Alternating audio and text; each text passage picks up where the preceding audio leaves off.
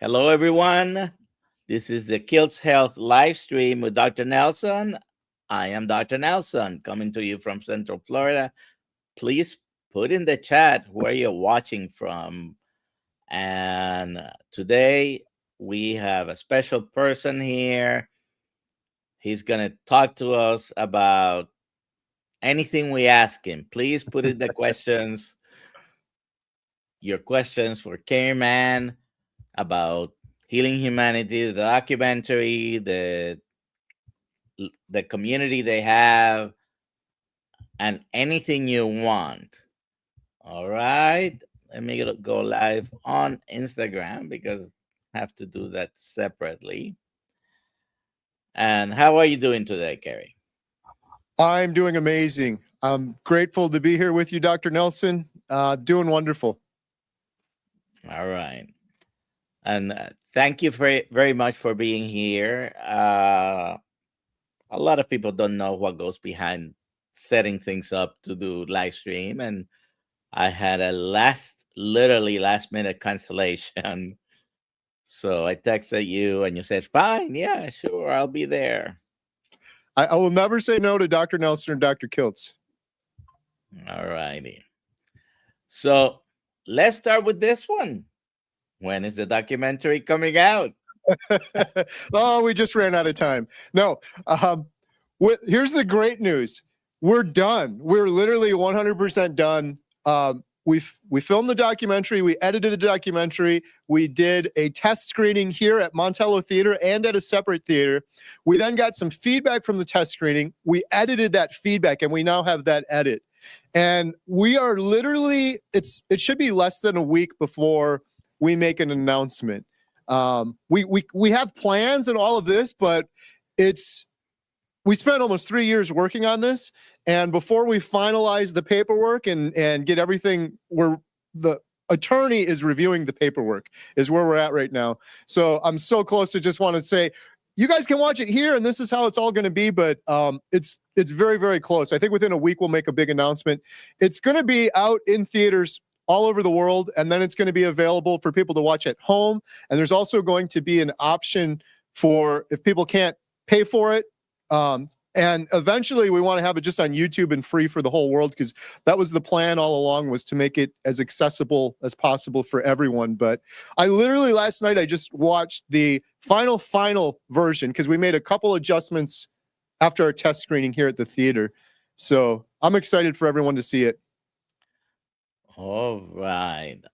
If you have any questions for him, please put them in the chat. Now, it's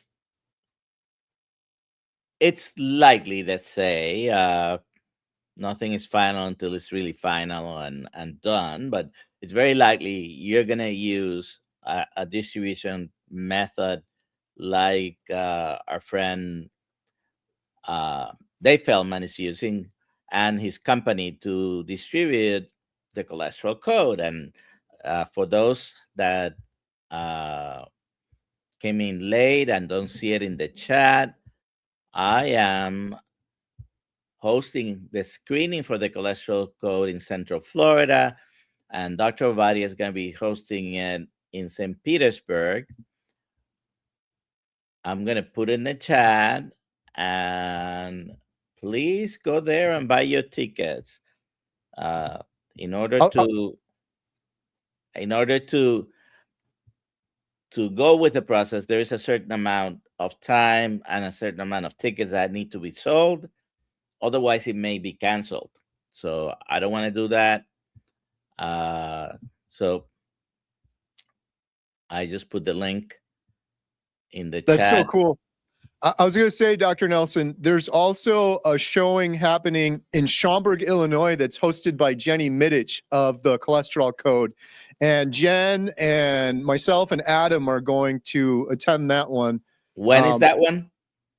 That one is, I can't pull up my thing right now. I think it's in April. I want to say like April 13th. But if anyone wants to go, the best thing is, because I'm probably screwing this up, just Google Schaumburg, Illinois cholesterol code showing, and you should be able to find it. It's on a similar link that Dr. Nelson just posted. It's on Gather's website. But yeah, our plan is to do a similar release that they're doing, which is a really cool way of doing it. So we'll be able to have Healing Humanity in theaters all over the world. And we've done so many meetups all over the country. Like every place we've done a meetup, I don't think we'll have much of an issue filling up a theater and having someone host it. So Dr. Nelson, this is good experience for you with the cholesterol code. And we're hopeful that maybe you'll host one for Healing Humanity shortly after. So, and we're planning with the Healing Humanity one, we're planning, and I say we because it's not myself only, and I haven't even told Alia, but we're going to do a little bit of a bigger thing, okay? For when your documentary comes out, and we'll have a showing maybe attach it to some sort of meetup.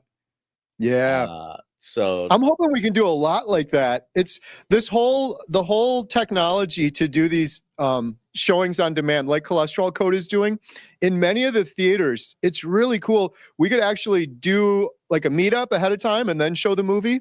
Or we could show the movie and then afterwards, in some cases, in some theaters, you can actually do a Q&A where we could say like, hey, let's pull Dr. Kiltz in from Florida and have him on the screen, or Dr. Nelson, Dr. Kiltz, or Dr. Barry, and actually do a Q&A right there in the movie theater with people sitting in the audience, and they can see and back and forth and ask questions. So there's lots of little interesting features like that that we could take advantage of. So I know that over the past 2.5 years, you've been asked a bunch of questions about the documentary, but take me a little bit through that moment. And we've been trying to pinpoint the date behind the scenes here, but it was either late spring, early summer that you decided to, let's make a documentary. How hard can that be? Easy, right? Yeah. Take me through what happened next, and So how soon did you realize it wasn't exactly as easy as you thought? So I know you're a doctor, Dr. Nelson. I hope you can do some therapy with me right now too. We'll do a little talk therapy. Yeah, it was day 67. Emma and I were like, we should do a documentary.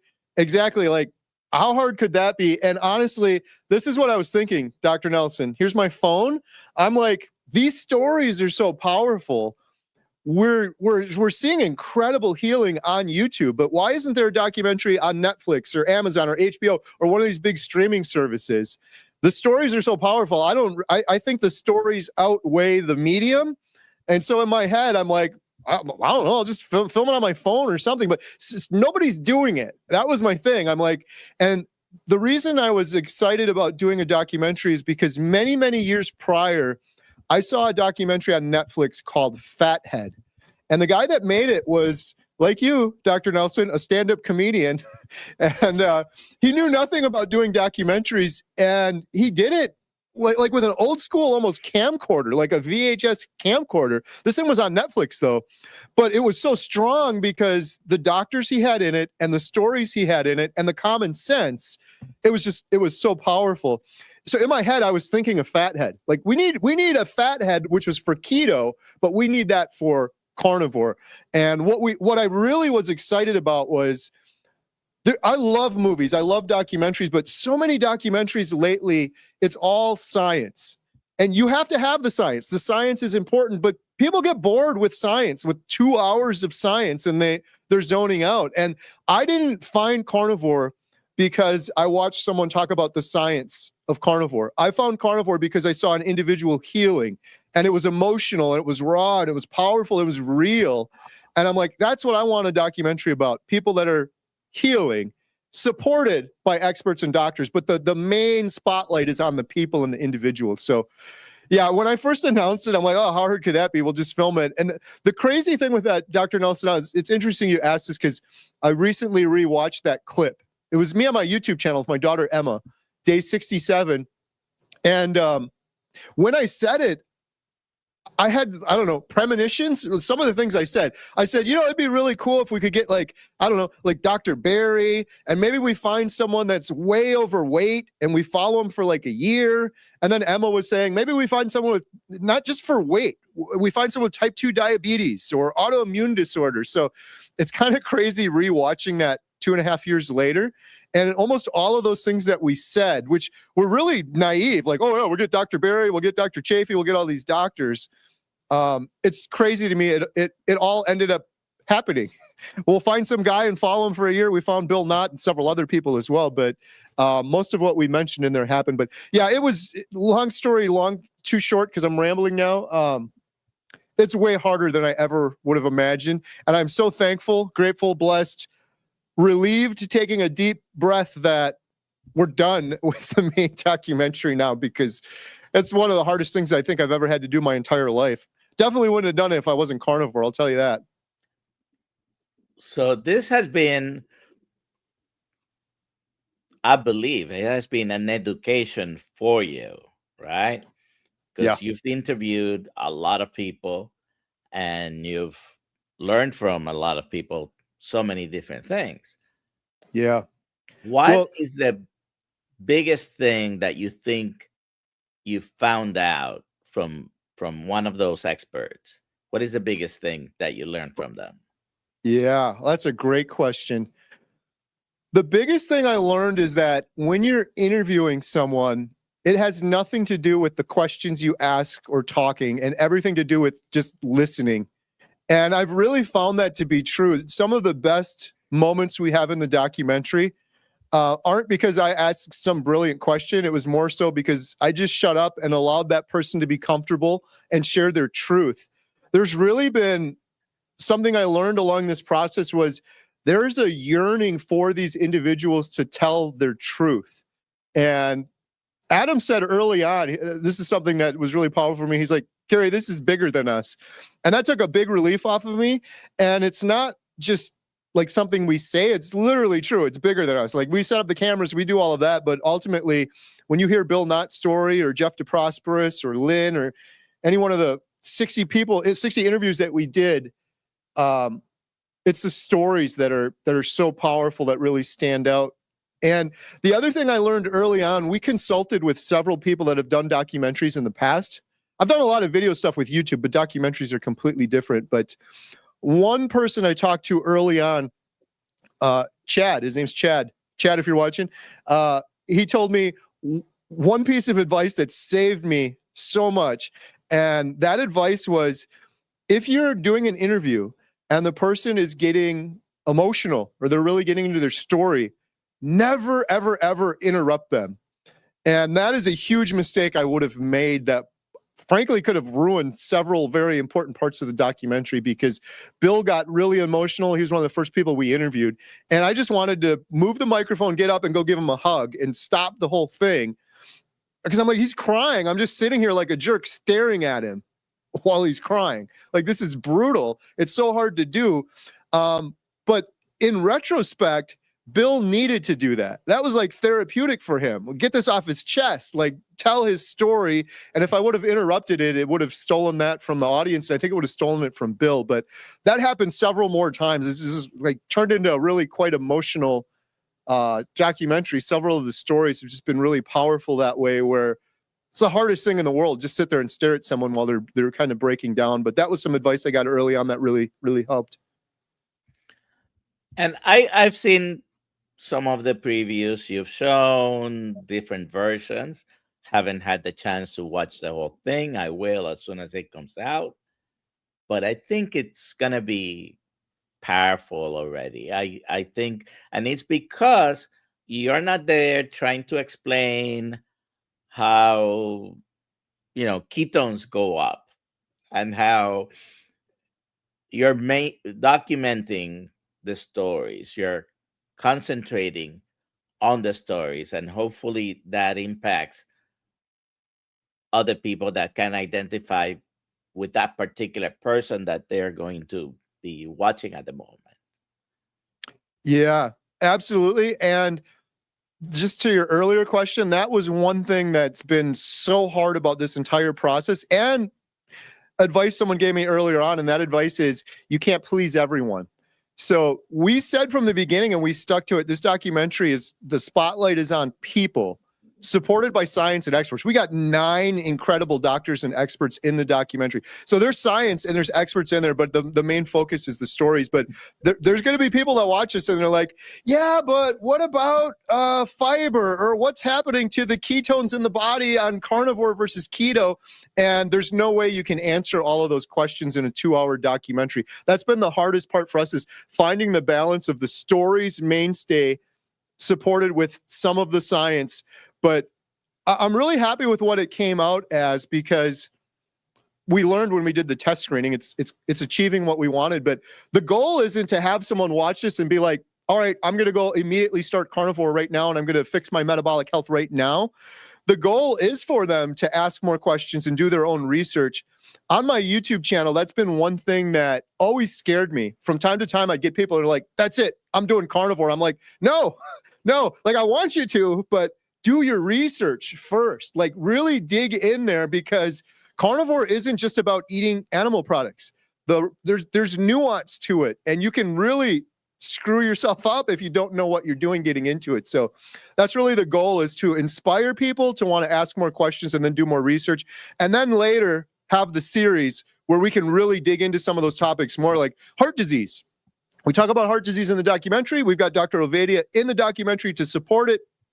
But you could do 8 hours on heart disease. You could talk forever about it. And so there's no way we can answer all of those questions. And there's other documentaries out there that focus on the science more, which is great. And some people prefer just the science, but yeah, ours is the individuals supported by the science. But that was one of the hardest things over the last couple months, is balancing that out. And it's like, we could answer more questions, and now we're going to be like 7 hours long, and no one's going to watch it if the runtime's too long. We do have a couple of questions already, but before I take any of those, one last question about you. You've decided to do this documentary, but what was the most impactful or significant change that you had personally? Ooh, great question, Dr. Nelson. Definitely the depression going away, my mental health improvements on carnivore. That was the main reason I wanted to do the documentary too, because when I started talking about this on YouTube and hearing from so many other people, I don't think there's anything more hopeless in the world than depression. I think that's kind of the definition of depression. It's not like a dramatic thing. You're literally without hope. And I tried everything and it didn't work. So when my mental health cleared up, that is what I was most excited about. The other thing that was incredible for me was my congestive heart failure and my irregular heartbeat reversing, which maybe is going to allow me to live a much longer life where I would have died much younger or earlier. So it should probably be more significant, but honestly, the mental health improvement is the most significant change for me, because I had so many health issues, but I tried everything to fix my mental health. Like I was making deals and bargaining with God, anything I can do. I tried all the standard of care. I tried every medication. I tried therapy. Everything they told me to do, I tried for years and years, and it never helped. And the fact that this helped, and so quickly, and then so many other people pouring in with their stories, I'm like, the world needs to know about this, especially now in this day and age when you look at some of the statistics out there. It is jaw-dropping, the rates of depression, schizophrenia, bipolar, anxiety, and it's happening younger and younger to this next generation. So that was definitely the most significant change for me, my mental health improvements. And it's, I think, a powerful story when you see that. In fact, when I decided to go carnivore, it was not after watching. I didn't even know, by the way, at that time, who Dr. Berry was, who Dr. Baker was, who Dr. Chafee was, Dr. Kills, Dr. Ovadia, Dr. Boss. You can mention them all.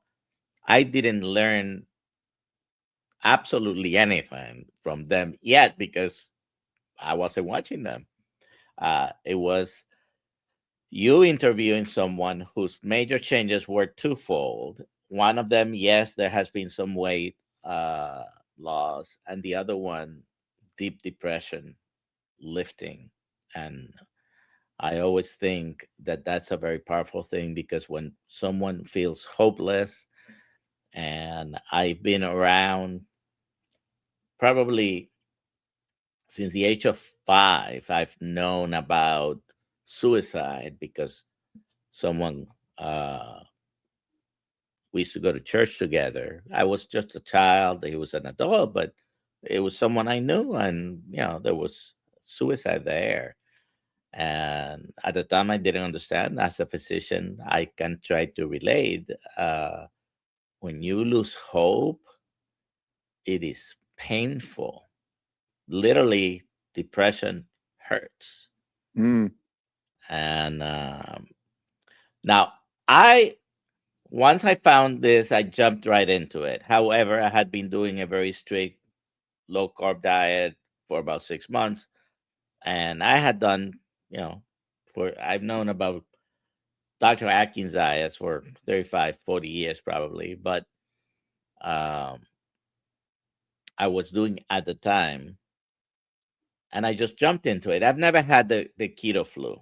Uh, and you just mentioned that if someone asks you now, you would tell them go slow, but you didn't go slow when you found out. You jumped into it, right? I did jump in, but I did do keto on and off for years. So I had some experience.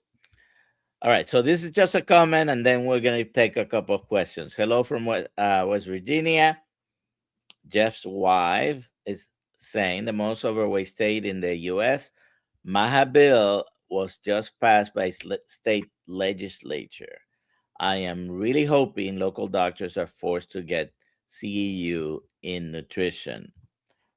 And there's a little bit of a misconception about, do we get training in nutrition? We do get some training in nutrition, and some people do even a bachelor's degree, master's degree in nutrition, but the focus is not on what the keto and carnivore community focuses on. So just because you have a nutrition training, and you might understand concepts a little bit better because you went to school, read a book, took a test, but the metabolic health focus is not the same as what's in most schools. All right, so let me take a question. If I miss a question, please put it again. So George, who has a self-appointed ambassador to UK ambassador George. George, Dr. Nelson, for this whole release distribution through the different theaters, like Cholesterol Code's doing, you have a host or ambassador or captain, like you're doing, like you're hosting one.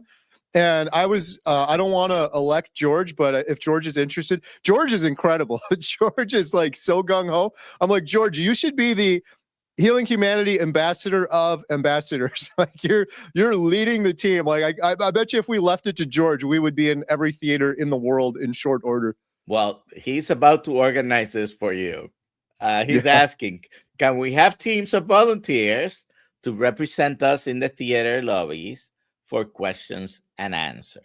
And that is a great idea. You know, it's so good.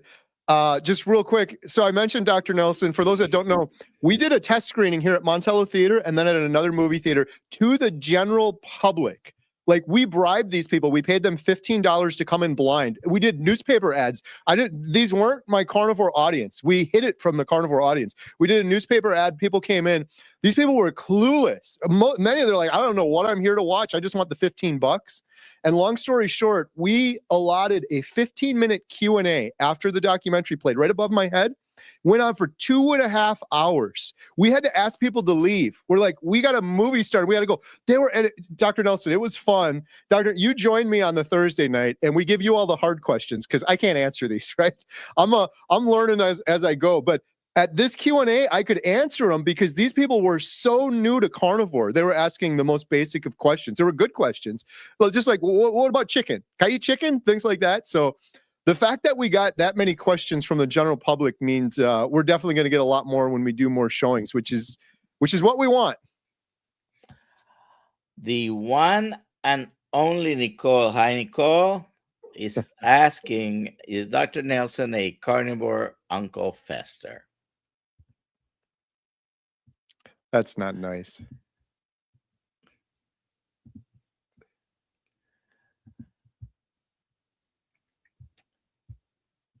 You mentioned before the stand-up comedian. I usually on our live streams, I try not to make too many jokes, but I joke around with other people, so I can take it. Keton Fuel Violin Girl. Keton Fuel Violin Girl. Will Healing Humanity be available on DVD? That's a great question. The goal from day one was to make it as accessible and far-reaching as possible. We don't currently have plans for that. Our plan is theaters, streaming at home, and then available, accessible like on YouTube or anywhere eventually. That's how these usually go. It's usually a hybrid, and people get upset. Like, why don't you just do it here, now? Depending on where you release it. Like, say if Netflix wanted to do this, you might not be in Europe for a while. Maybe it's in the US first, and they have all of these weird rules. So these are always hard questions to answer, but I don't know on that one. But if you can't watch it on DVD, you'll be able to, at some point, just pop it on YouTube or stream it from somewhere. And I think DVD is already a technology on its way out, because most things that you want to watch, you can stream straight into your phone and your TV, all that. So, all right.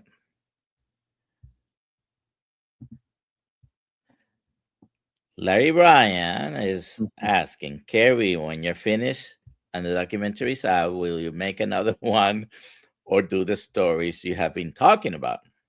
What are the plans for after the documentary? So if I make another documentary, my wife will leave me. That's official. No, after the documentary's out, my true hope is that we can work on the series, which I'm even more excited about than the documentary itself, where the series will be an episode for every major health issue. So if you have a loved one with cancer, here's a whole hour-long episode on cancer with a cancer doctor and individuals that have used metabolic therapies for their cancer treatment. Episodes for depression, autoimmune disorders, all of that. And the thing is, we have much of that filmed already. We filmed so much footage, which was another reason this was so hard, Dr. Nelson. And I'm a rookie. I've never done a documentary before. I'm like, just film everything we possibly can. Like, we're out here. There's no cost for film. It's just memory cards. So we filmed so much that we have 400 hours worth of footage. We have enough right now to do the mental health episode, the aging episode, and a cancer episode. We just don't, it's so expensive to edit it together that we're focusing all of that budget on the main documentary and now marketing the main documentary and getting it out to the world before we invest any of the money that we have left for the series. So definitely the plan sounds like it's going to be some sort of shorter versions, episodes focus on a particular health issue. Yeah, and not just the health issues, but also different topics. I'm excited about those too. Like, you probably heard, maybe you guys have had him on your channel, Hal Cranmer, the gentleman in Arizona that's running the long-term care facilities. Yes. He's one that I really wish we could have interviewed for the main documentary, but it just didn't work out. But we're hoping to film an episode all about what he's doing. 1 hour, Hal Cranmer, seniors and a proper human diet. Episodes, I have a gentleman named Arn, who's a veteran, and he's had incredible healing in his mental health and PTSD through a carnivore diet, and he's coaching other veterans, and I want to do a whole episode on that. So episodes on health issues, but also topics. Kids and carnivore is another one. Well, like, we could go on forever. There could be so many episodes when you really start thinking about it. Families and carnivore, there's so many out there. This gentleman that you mentioned with the assisted living facilities, Dr. Tro and his team are going to be doing a study in conjunction with them. Obviously, whether it's a documentary or trying to do a study, it's not something that the results will be available in just 6 months. So a Right. year, a couple of years, hopefully we'll have a lot more information. I think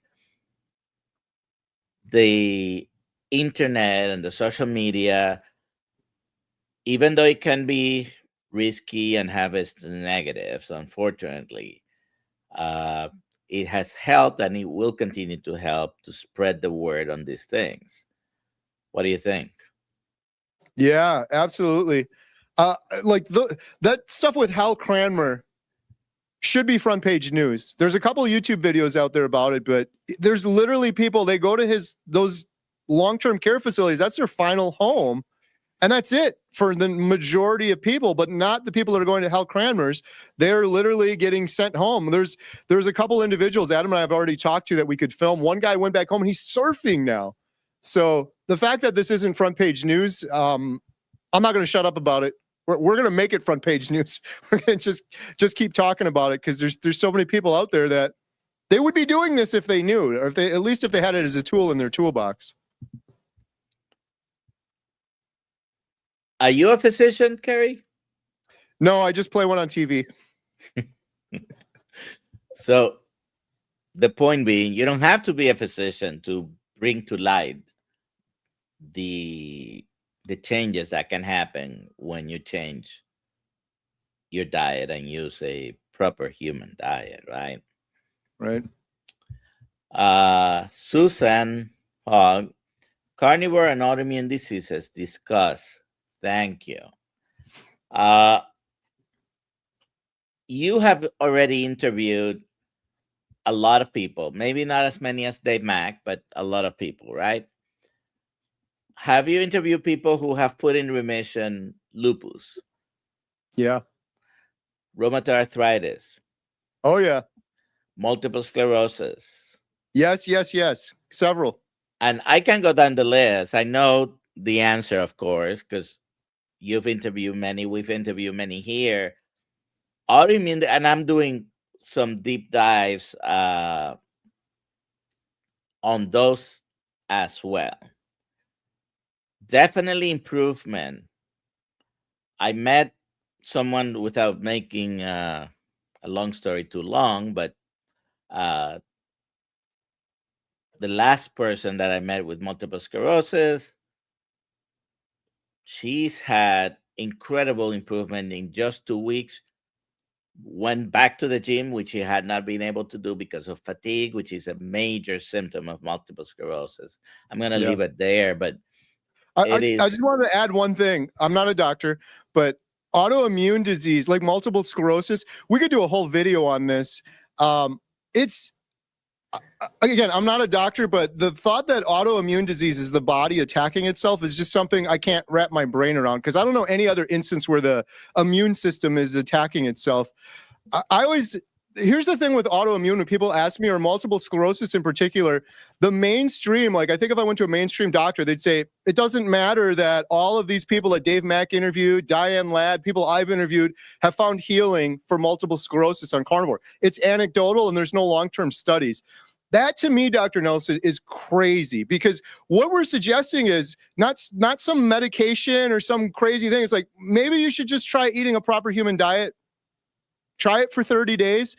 We know with multiple sclerosis, it's the myelin sheath getting damaged. The myelin sheath is made out of fat and cholesterol, and it's also inflammation for multiple sclerosis. I don't know any better way of getting rid of inflammation and getting more fat in your diet than eating a carnivore diet.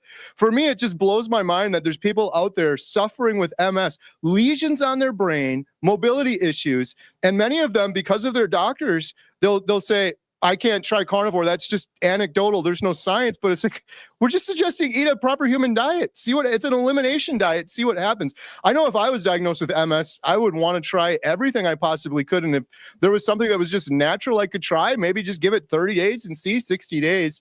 I would want to do that. This is the way humanity has eaten for most, if not all, of existence. I'm not going to even mention a particular number of years because, if you believe in evolution versus creation, you might have different perspective on how long we've been here. But regardless, all its existence, this is the normal diet. Yes, we have added plants, but we always ate heavy meat.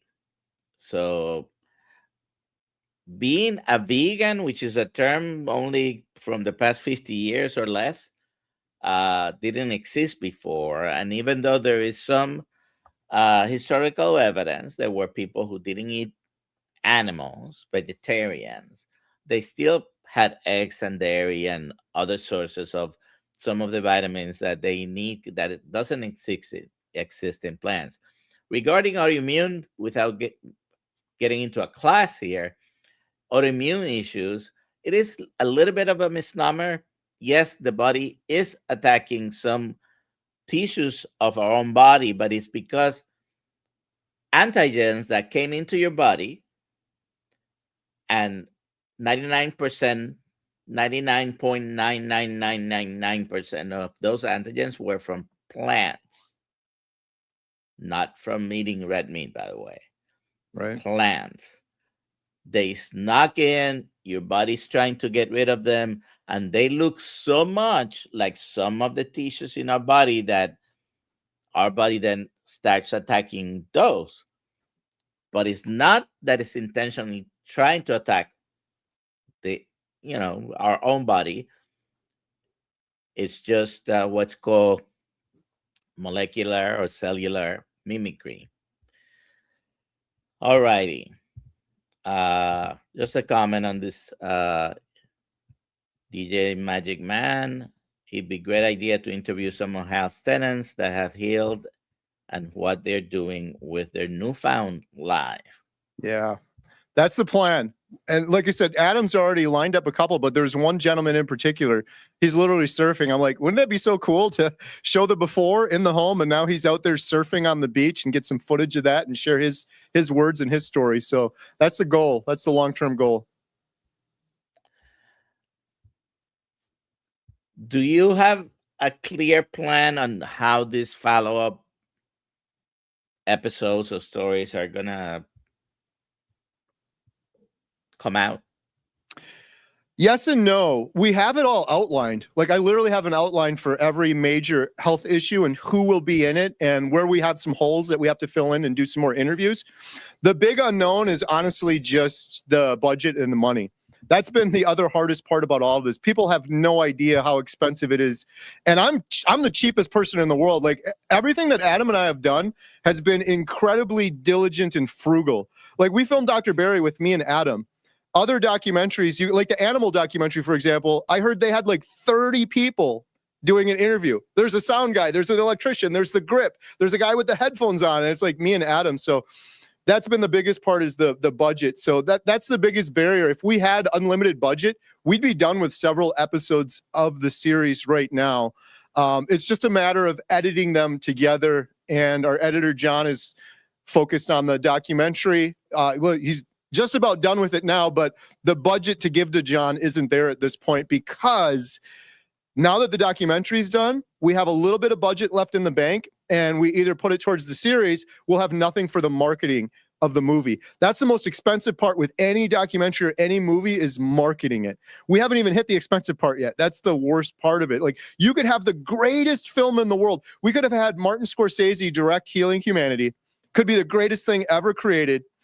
Maybe it would go on to win many Oscars if Martin Scorsese directed it, but no one will watch it if you have no marketing for it, if you don't get the word out for it. And so that's our challenge right now, is allocating our budget to marketing the main documentary. Hopefully the main documentary is a success and people are interested in learning more and following up and doing more, and then we can move into the series afterwards.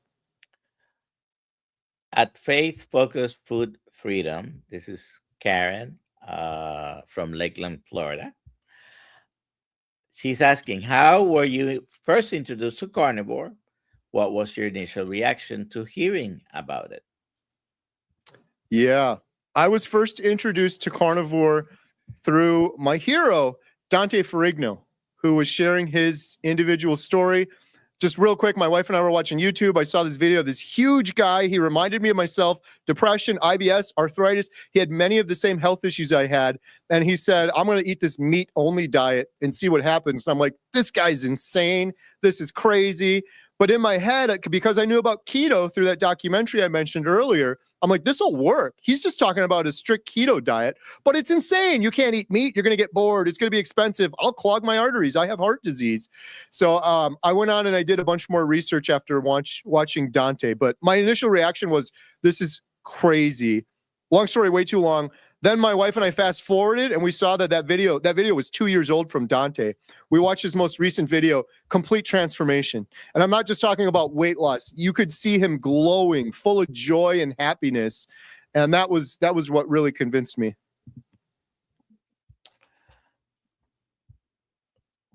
This is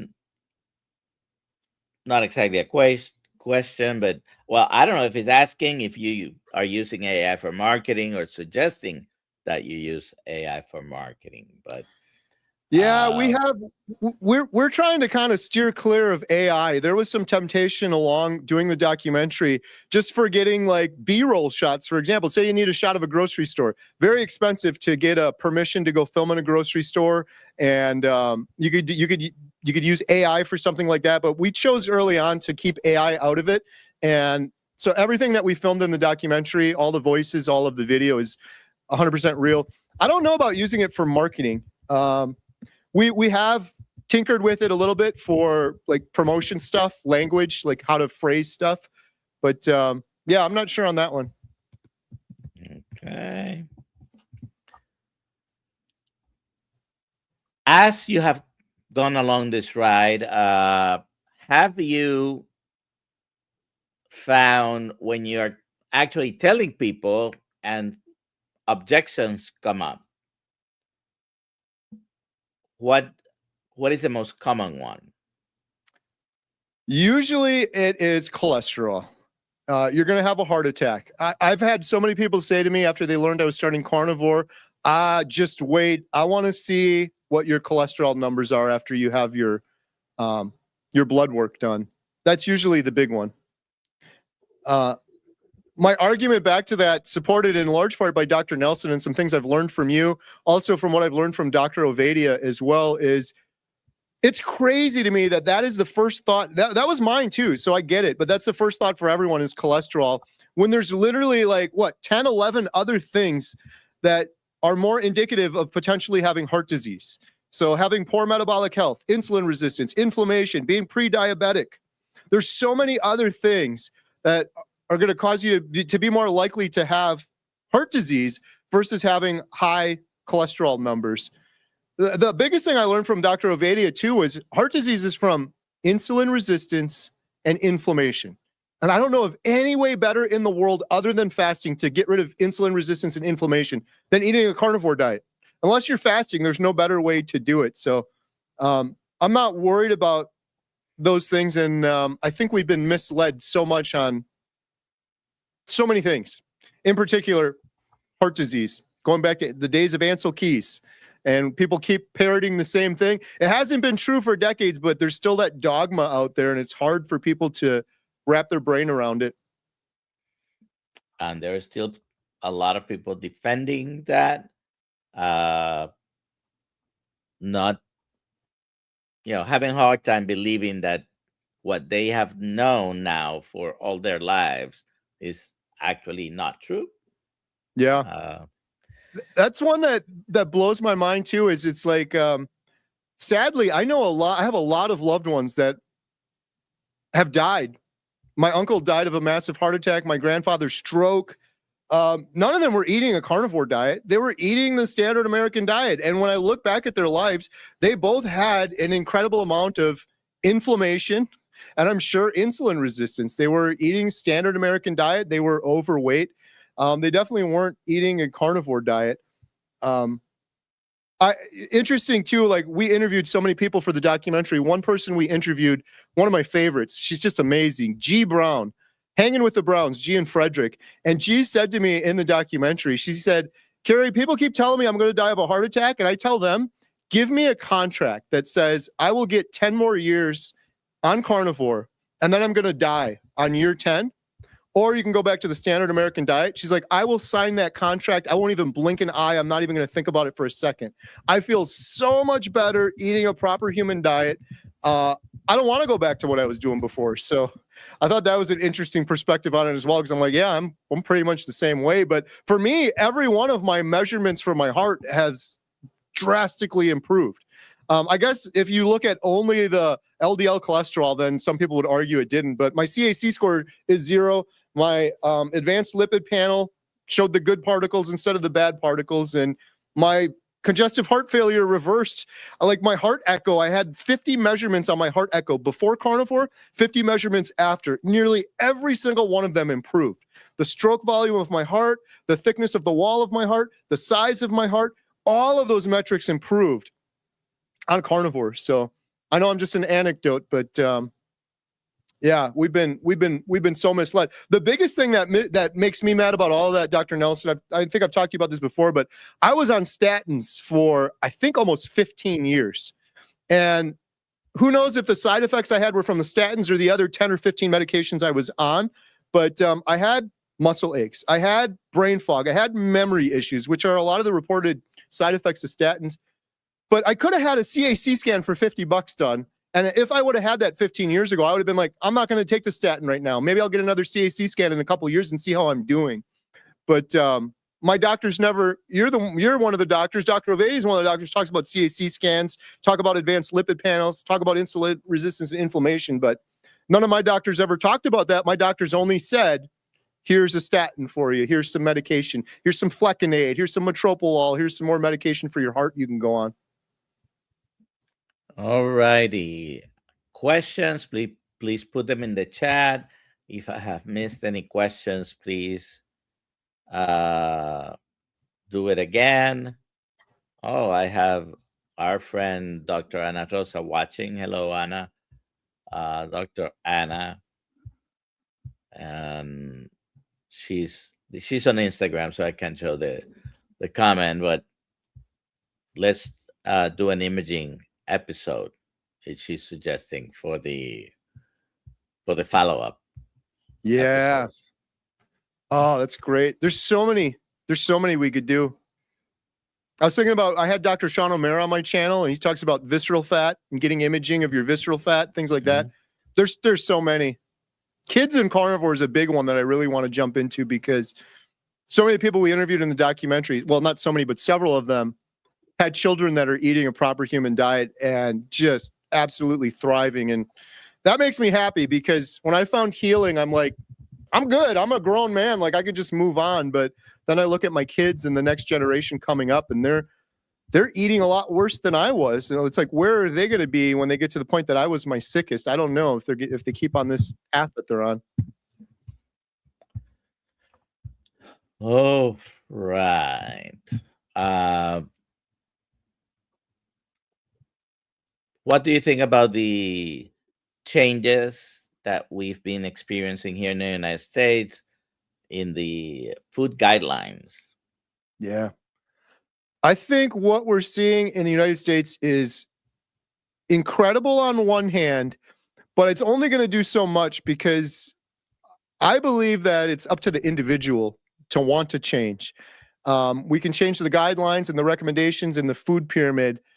I think it's amazing and incredible for awareness, because there's some people that just don't know. They're like, they've been told you got to eat low fat and you got to count your calories, and that's the only way you can lose weight, and you got to go off of this food pyramid.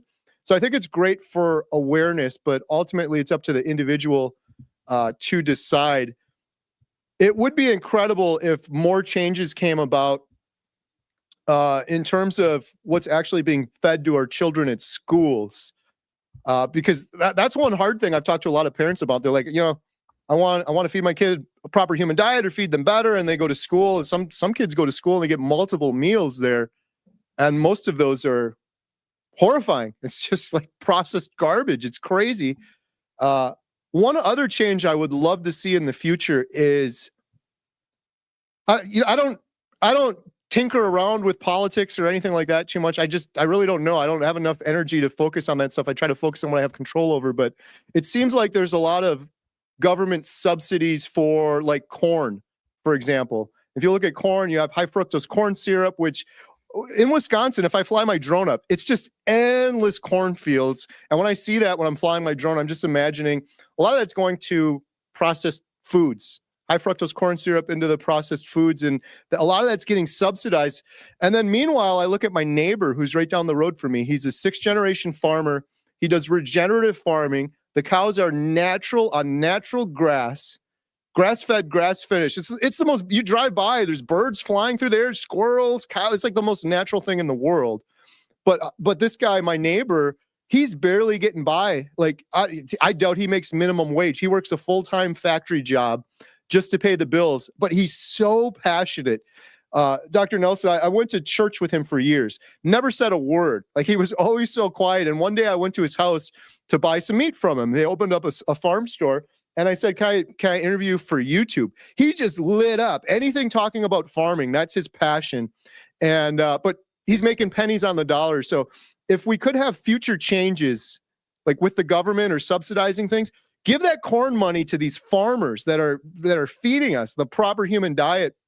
This guy, I just worry so much. Like my neighbor Aaron, when he goes to retire, who's going to raise their hand and say, I want to do that. I want to work for pennies on the dollar, underappreciated, while I have to work 12 hours a day in a factory or a plant down the road because I can't pay the bills. So yeah, sorry, I'm rambling now. I think it's great for awareness. I'll also say I'm amazed at how quick it's happening. When I announced the documentary 2.5 years ago, I thought it would be decades before we'd see anything in the government close to talking about eating a proper human diet or changing the food pyramid. So all of that's incredible for awareness, but ultimately it's up to the individual. Yeah. I would say, unfortunately, politics has hijacked the subject. And we're not here to talk about politics, we're talking about health. And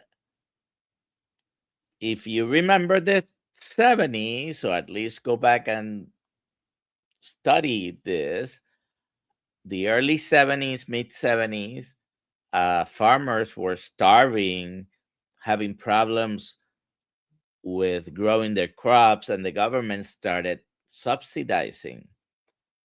Whenever the government starts heavily subsidizing any industry, eventually creates a problem. If you don't believe me, just look at student loans and universities. Yeah. Okay. Unintended consequences. Unintended consequences. And unfortunately, that has been the case. All right. Let me read this comment. Coach Juliet Edens, people don't want to get rid of the junk, so they push back with "you'll get a heart attack."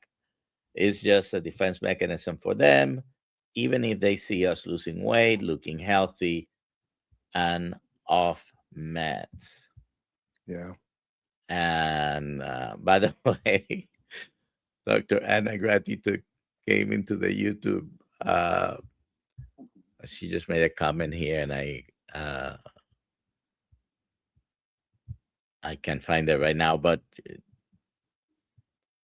she studied with Sean O'Mara, by the way. That was part of the comment. All right, so let's take some more questions.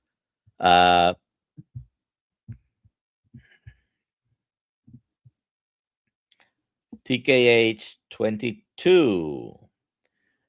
Did you start carnivore immediately after watching the video, or did it take you a few weeks to work your way to carnivore? So for me, it was relatively soon after. It wasn't that minute I watched Dante's video, because in my head, I'm like, this is great for Dante, but I have congestive heart failure. I will have a heart attack, because I was under the mindset that meat is going to clog my arteries. Fatty meat cholesterol is going to clog my arteries. So I did more research after that. And then I found Dr. Barry, and I found a great video by Dr. Ovadia talking about heart disease on Diary of a CEO. And I'm like, this guy's a heart surgeon and he's advocating for eating a carnivore diet. He eats a carnivore diet himself. After I did my research, I started, and that's what I advocate for everyone. Don't just jump right into carnivore. There's some nuance to it for sure. And a lot of people I see that jump right in ultimately end up failing because they're eating lean chicken, or they're not getting enough electrolytes, or they're missing sort of some of the framework around it. Rick is asking Charter Mopar, will Kerry take the heart attack burger challenge? I accept. I need more info. I apologize. So I just did a video, Dr. Nelson. I did KFC chicken at home, and I used Rick's heart attack chicken recipe. And I credited Rick in the video, and I linked to him, and I shouted him out because he's been talking about the heart attack chicken forever. And it was incredible. I rarely do chicken on carnivore, and I think I'm going to be doing it more regularly now. I've had issues with chicken in the past, but what is the deal with the heart attack burger? Are we deep frying it in tallow? It's basically the same as the chickens, but doing a burger. Just drop it in some patty on beef tallow. I believe so. Yes. Rick, I accept. I'll do 2 of them. Have you I did a deep fried chuck roast once. I sous vide it, and then I deep fried it in beef tallow. But I haven't done a burger yet. I have a sous vide. I haven't used that. It's amazing, Dr. Nelson, but it's one of those things. It's like, man, carnivore is so easy, and now I got to spend hours sous videing and searing, but it is really good. Susan Hogg says Dr. Nick Norwitz has some great videos on nuances with metabolism regarding keto and carnivore diets. Yeah, he's got very good. He does a lot of good content. All right, next question here. We did that.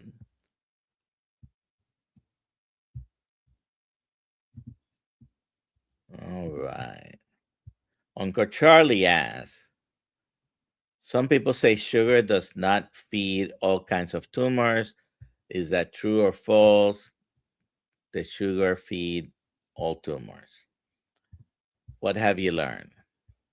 What have I learned? Well, there's different types of cancers and they behave differently.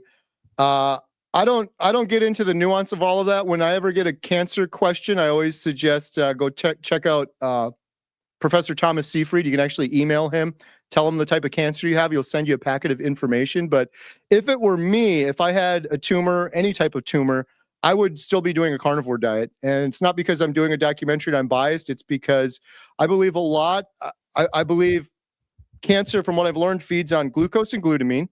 And so I'd want to eliminate those things. There's some weird cancers, I guess, that maybe behave a little bit differently. But I think I've learned from Professor Seyfried that chronic inflammation can damage your mitochondria and lead to cancer. And so getting rid of sugar for that reason, getting rid of the inflammation, getting rid of seed oils, anything that's inflammatory in my diet, the best way to do that, in my opinion, would be eating a carnivore diet. And then the last thing I'd say is I get questions sometimes like, would carnivore help with X? And then it's some random disease. And my answer is always yes. And it's because I overhype carnivore, but it's also because, like, if you're doing carnivore and you fix your gut microbiome, you now have more energy, your sleep improves, your immune system's stronger, your insulin resistance is gone, your inflammation goes away, you heal your fatty liver, you are setting yourself up for healing regardless of what the disease, issue, or ailment is. Other than fasting, I don't think there's anything better you could be doing to set yourself up for healing, regardless of what the issue is. So, well, Dr. Kids talk about faith, fat, and fasting. We're about to end here, but in case you're here and you don't know who this man is or what his channel is, HomesteadHow. He started the channel doing homestead videos. It has now turned into a whole enterprise regarding the documentary and carnivore. So go and check it out. For those of you who are members of the Kills Mighty Tribe community, at 1.5 hours, 5:30 will be in our Zoom call. Okay. So thank you, Kerry, for Thank being you. here. Yeah, I just want to say real quick, huge thank you, Dr. Nelson and Dr. Kiltz. You both have been incredible supporters of Healing Humanity. You've come to all of our meetups, and I really appreciate it. So thank you so much for having me. All right.